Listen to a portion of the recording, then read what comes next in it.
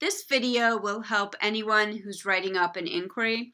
It will help any of you really, but for those of you who are writing up inquiries, maybe professional development, anything where you have a lot of data and you need to write it up, this is going to help you because I'm starting to see a pattern with some of the early drafts that I'm getting. So the first thing, this is something that you don't want to do. You don't want to write anything that sounds like I did this, then I did this, and then I did this.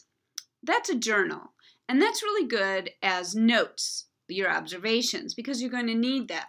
But that's not how you write up a piece of research. The other thing is, it's a little too early yet to be really writing up anything because you don't have data. You need data to write up what you're doing. Now, here's what you do want to do. You want to synthesize, and I know you're so sick of that word, but that's why you did all that practice with those articles, because what you did with the articles, you're going to do with your data. You want to synthesize, you want to put everything together the same way that you did with the articles, and I'm going to go over that with an example.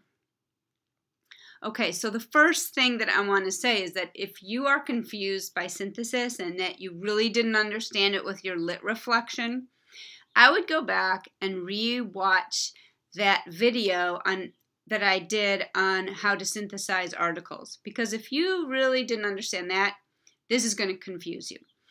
I would also reread the feedback that you got on your lit reflections because that too will help you. Okay, so for this whole example, I'm making something up, okay? So you need to keep remembering that I'm making this up, but I'm doing it to help you. So let's pretend that my topic for my research is about adult second language learners participating in a writing workshop. And this is all the data that I have. But keep in mind that I'm like you, and I don't have all of it. But I might have some observations already, which you should have. I have done maybe a couple interviews, which you should have done. I definitely have some work samples. And maybe I've done a few video clips.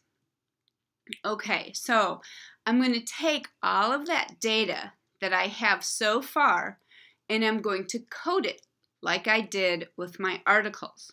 I'm going to look for patterns. So here's the first big category that I found when I started to look for patterns. Confidence kept coming up for me in observations and in the interviews, maybe in the video clip. I kept coming up with either the word confidence or this notion of confidence. The other big category that came up was writing in native language. That was a big category.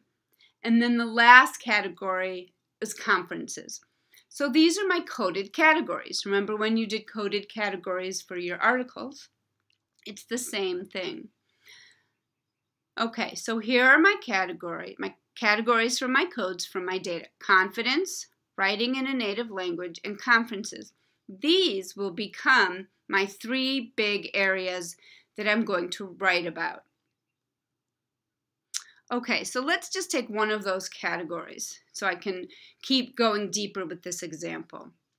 So let's say I want to write about confidence. I've gotten all my data and I'm ready to start writing. So I'm going to write about this category of confidence. And with this category, I have observations, I have interviews, and I have some video clips. Now, here's what you need to remember. You can't just write that I noticed in my observations. For example, you can't just say, I noticed that Sammy was really confident when he was writing. Big deal, right? You have to say, why does it matter? Why does it matter that Sammy was really confident when he was writing? So besides just what you noticed, you have to also write, why does it matter? And you have to say how it connects to the literature that you read. Always, you have to go back and forth. Okay, so here is a very, very short paragraph example of this coded category. And you're going to have to stop the video and read it because I'm going to talk over it for a minute. in this very short example of a paragraph that I completely made up, I want you to notice a few things.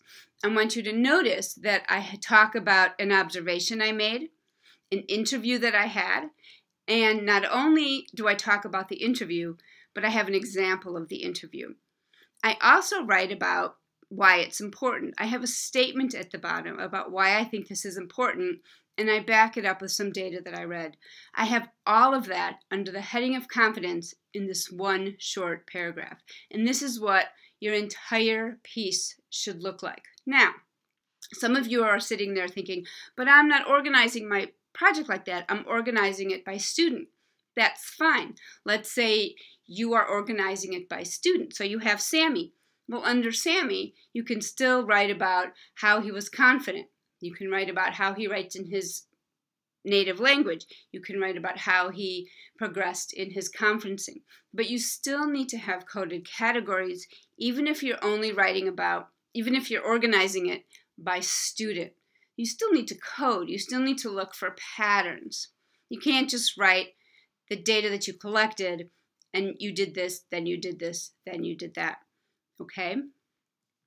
The important thing that you do when you are writing an inquiry is that you synthesize all of that data that you are collecting. And if you don't, we are going to send it right back to you.